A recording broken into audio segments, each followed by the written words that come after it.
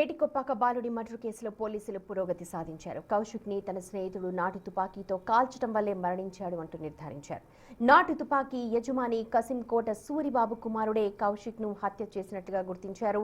తుపాకీతో ఆడుకుంటూ కౌశిక్ను గురిపెట్టి పేలుస్తున్నానని చెప్పి కాల్చి చంపాడు.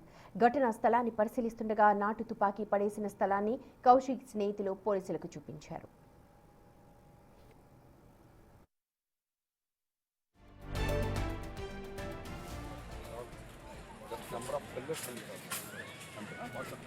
కొండ దిగువ ప్రాంతంలో రక్తపు మడుగులో పడి ఉన్న బాలుని చూసిన స్థానికులు పోలీసులకు సమాచారం ఇచ్చారు.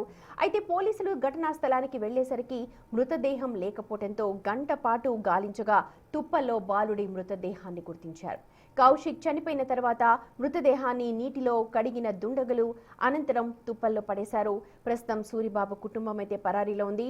కౌశిక్ మృతి చెందిన తర్వాత ఇంటి చుట్టుపక్కల ఉన్న రక్తపు మరకలను కూడా నీళ్లతో క్లీన్ చేసినట్లుగా పోలీసులు గుర్తించారు.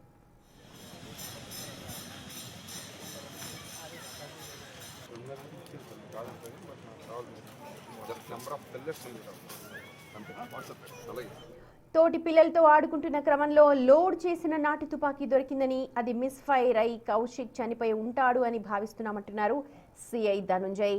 పరారీలో ఉన్న సూరిబాబు కుటుంబం కోసం గాలిస్తున్నామంటున్నారు. కౌశిక్ ను హత్య చేయాల్సిన అవసరం ఏముంది? హత్య లేక ప్రమాదమా? అసలు నాటు తుపాకీ సూరిబాబు దగ్గరికి ఎలా వచ్చింది అన్న కోణంలో పోలీసులు దర్యాప్తు చేస్తున్నారు. దగ్గర పాకలు ఉంటాయి. కసింకోట సూరిబాబు అనేటువంటి ఒక ఆసాయం తాలూకు చెందినటువంటి పాకలు అవి. అక్కడ నిన్న ఆదివారం కావడం చేత ఈ పిల్లలంతా కూడా, ఇందులో మృతుడి పేరు అడారి కౌశిక్ అండి. అతను వాళ్ళ పెద్దమ్మ వాళ్ళ ఇంటి దగ్గర చదువుకుంటున్నాడు. అతనిది నేటివ్ ఆఫ్ తుని, ఏటికొప్పాకలో ఉండి చదువుకుంటున్నాడు. 6th క్లాస్ చదువుతున్నాడు ఏటికొప్పాక గవర్నమెంట్ హై స్కూల్లో. సో నిన్న ఆదివారం కావడం చేత తోటి పిల్లలతో ఆట కోసం అని చెప్పేసి అక్కడికి వెళ్ళడం జరిగింది. అక్కడికి వెళ్ళేటప్పటికి ఎవరైతే కసింకోట సూరిబాబు అన్నటువంటి వ్యక్తి ఉన్నారో వాళ్ళ అబ్బాయి కూడా 4th స్టాండర్డ్ చదువుతున్న అబ్బాయి ఉన్నారు. సో ఆ అబ్బాయి, ఈ అబ్బాయి, మరి కొంతమంది ఒక 5-6 పిల్లలు కలిసి అక్కడ మార్నింగ్ 9 to ఆఫ్టర్నూన్ వరకు టైం స్పెండ్ చేయడం జరిగిందని తెలిసింది. ఈ క్రమంలో అక్కడ ఈ ఒక ఫైర్ ఆర్మ్ ఏదో అనాథరైజ్డ్ అనేది ఆ కసింకోట సూరిబాబు దగ్గర ఉందని చెప్పేసి ఇన్ఫర్మేషన్ తెలిసింది. సో అది ఫైర్ అయ్యి, ఆ ఫైర్ అవడం చేత అతనికి ఈ గాయాలు కలిగి తీవ్రమైన గాయాల పాలై అక్కడిక్కడ చచ్చిపోయాడని చెప్పేసి మనకు ప్రాథమికంగా నిర్ధారణ జరిగింది.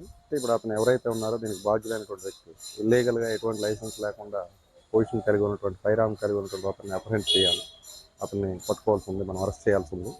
సో తదుపరి దర్యాప్తు వివరాలని కూడా మీకు వెల్లడించడం జరుగుతుంది. కుటుంబ పరిస్థితులు బాగోలేక కౌశిక్ తమ ఇంట్లో ఉండి చదువుకుంటున్నాడని వాపోయాడు అతని మామయ్య. నిందితులను శిక్షించాలంటూ డిమాండ్ చేస్తున్నాడు. ఆడుకోవడానికి బయటకు వెళ్ళాడు అనమాట క్లాస్మేట్స్తో. 6th చదువుతున్నాడు. యాక్చువల్గా వాళ్ళు తుని మా దగ్గరికి వచ్చాడు అనమాట. అమ్మగారికి వచ్చాడు. మాకు కొంచెం జరుగుబాటు బాగోలేదని చెప్పి తీసుకొచ్చాడు. అయితే నిన్న వాళ్ళ క్లాస్మేట్స్తో పిల్లలతో ఆడుకోవడానికి అక్కడ కట్టు అని ఉంటుంది అనమాట అండి, కొండ దగ్గరలో వరహా నది పక్కనే. అక్కడికి ఆడుకోవడానికి వెళ్ళారు అనమాట. వెళ్తే అక్కడ ఒక నాటు తుపాకీ వాళ్ళ ఫ్రెండ్ వాళ్ళ నాన్న పేలుస్తారు సంథింగ్, అడుగు జంతువులు ఆడడం సంథింగ్ అలా. అది వీళ్ళు పిల్లలు కదంటే తెలియక ఆ కుర్రాడు ఆల్రెడీ అప్పుడు లోడ్ చేసిందంట. వీళ్ళు ఫైర్ చేస్తే వీడికి స్పాట్ డెడ్ అక్కడ ఎక్స్పైర్ అయిపోయి స్పాట్ డెడ్ అయితే మళ్ళీ ఆ కుర్రాడిని అక్కడ ఉండకుండా ఫోటో పక్కన ఎవరో తీసి మాకు పెట్టారనమాట ఊళ్ళో. అందరూ వెళ్ళి చూసేసరికి ఆ స్పాట్లో లేదు కుర్రాడు. మళ్ళీ ఆ పక్క పొదల్లోకి తీసిపడేస్తారు. అవన్నీ బ్లడ్ మార్కులను క్లీన్ చేస్తారు జరిగింది. మాకు విషయం అయితే నేను యాక్చువల్గా డ్యూటీ చేసుకుని వస్తాను. షిఫ్ట్ 3:30 ఆ ప్రాంతంలో తెలిసింది నాకు. మామూలుగా కుర్రాడు ఆడుకోవడానికి బయటకు వెళ్ళాడు అనమాట క్లాస్మేట్స్తో. 6th చదువుతున్నాడు. యాక్చువల్గా వాళ్ళు తుని మా దగ్గరికి వచ్చాడు అనమాట. అమ్మగారికి వచ్చాడు.